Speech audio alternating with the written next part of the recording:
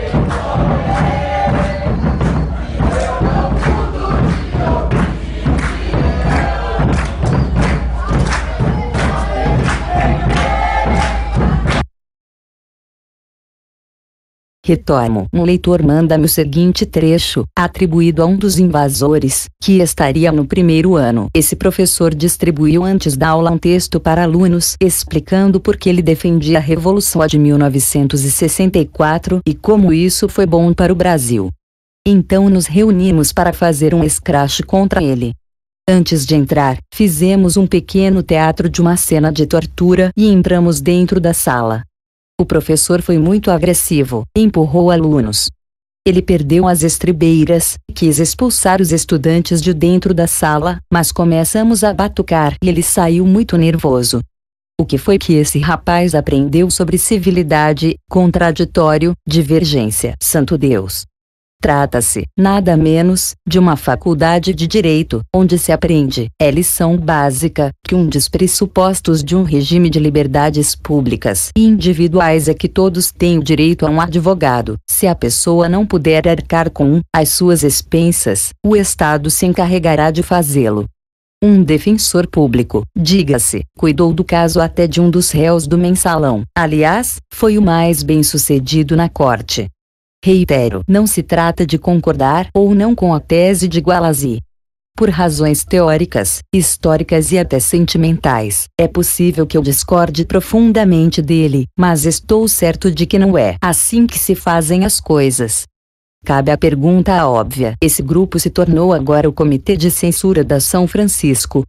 É ele que vai definir o limite do que pode e do que não pode ser dito em sala de aula. Esses ignorantes truculentos conseguirão, finalmente, realizar o que nem o golpe militar conseguiu: eliminar, também no conteúdo, a chamada liberdade de cátedra. É claro que essa gente, vê-se pela idade dos que tiram o capuz, não participou da luta pela redemocratização do país. É claro que essa gente só age de modo tão covarde porque sabe que não haverá consequências. É claro que essa gente só é tão bruta porque sabe que lhes vão conceder a licença para ser truculenta, embora ela própria não conceda a quem considera adversário nem mesmo o direito de falar. É claro que essa gente só age desse modo porque tem claro que o máximo risco que corre é humilhar os outros. Reinaldo, o ancião de 52 anos, quer ensinar a meninada a fazer a militância. Eu não quero ensinar nada. Segundo o meu entendimento de democracia, também os idiotas e os ignorantes têm direito a voz e voto. Mas civilidade e senso de limites independem, em larga medida, do que se pensa. E só passa a ser função do que se pensa quando o que se tem em mente é um regime totalitário. Faço uma pergunta que o agora neo-esquerdista Caetano Veloso fez àqueles que o impediram de cantar a música É Proibido Proibir num festival em 1968. Essa gente é diferente dos fascistas que invadiram, naquele ano, o teatro e espancaram os atores da peça Roda Viva. Também esses jovens muito velhos estão matando agora o velhote inimigo que morreu anteontem. Vejam lá o que diz o rapaz. O futuro advogado não acredita no valor da palavra e do debate. Ele aposta no escracho. Acha que, se os inimigos estiverem sendo humilhados, na força bruta, silenciados, então é sinal de que a luta avança.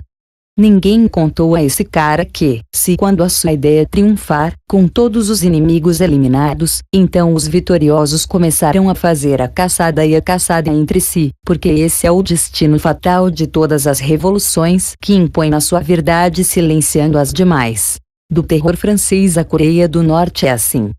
A crise é mais geral. A crise do pensamento é mais geral. Eu vivi, infelizmente, a crise do pensamento marxista no Brasil, nos anos 80, para a qual o petismo concorreu de maneira importante, e mais ainda os grupelhos que estavam incrustados na legenda e acabaram, depois, ganhando vida própria. Enquanto o marxismo foi, no Brasil, um domínio do partidão, do antigo PCB, conservava-se certa noção de história, ainda que eu, trotskista então, achasse a turma equivocada. Mas também nós éramos viciados na literatura específica. Havia um amor genuíno pela teoria, por mais equivocada que ela me pareça hoje, 34 anos depois.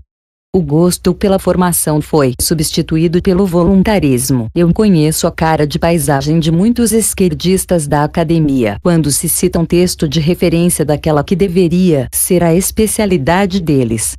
Não se lê mais nada, não se estuda mais nada, não se pesquisa mais nada.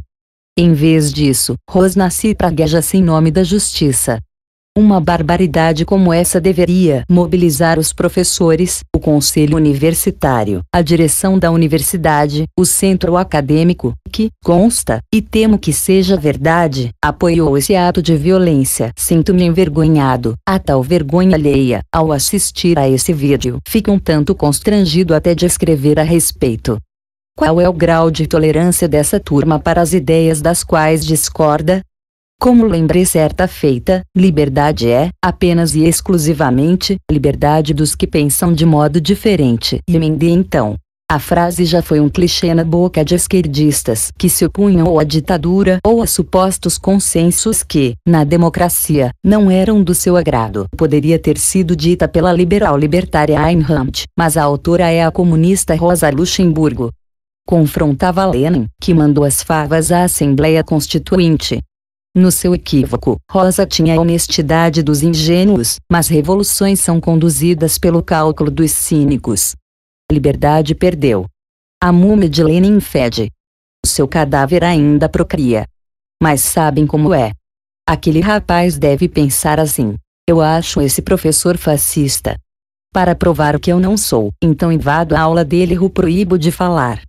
Ele não vê nada de errado em seu raciocínio. Ele se considera um humanista.